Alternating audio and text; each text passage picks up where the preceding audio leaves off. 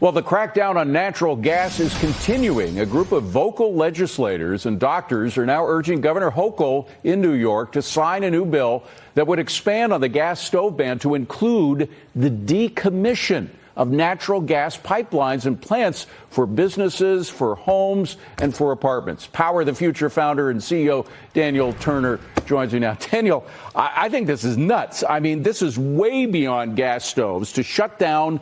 I mean, essentially what they want to do is to electrify everything. We'd have baseboard electric heating, et cetera, at exactly the moment when our electric grids are overloaded. Plus, those baseboard electric heaters don't really work too well, and they're much more expensive.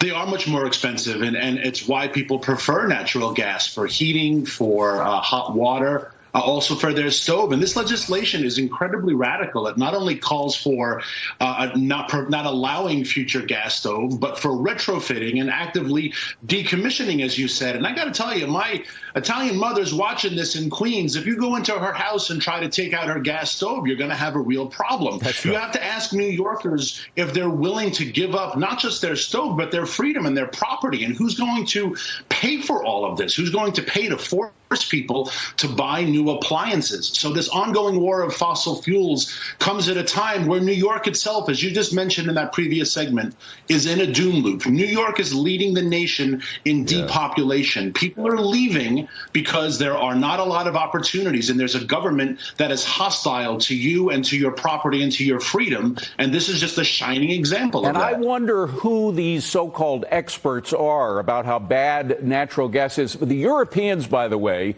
the European Union decided back in July of 2022 to label natural gas as a green energy because it actually reduces pollution in the countries that use a lot of it. It is actually much healthier than all the other various forms of fossil fuels. And so they're now calling it a green energy. Who are these experts saying otherwise? Well, it's a great point you're making, because these experts are bought and paid for. We saw this all during COVID. We saw this with silly COVID rules where experts told us this would or would not work. We have experts who tell us men can get pregnant right now. So I have to question who these experts are, and we need a little bit of phenomenological reasoning here.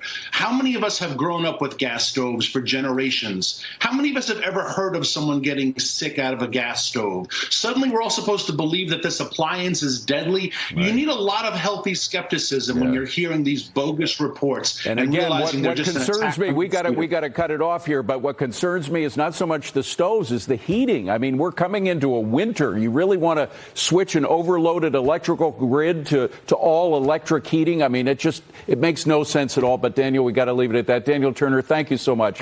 Good to see you, my friend. Coming up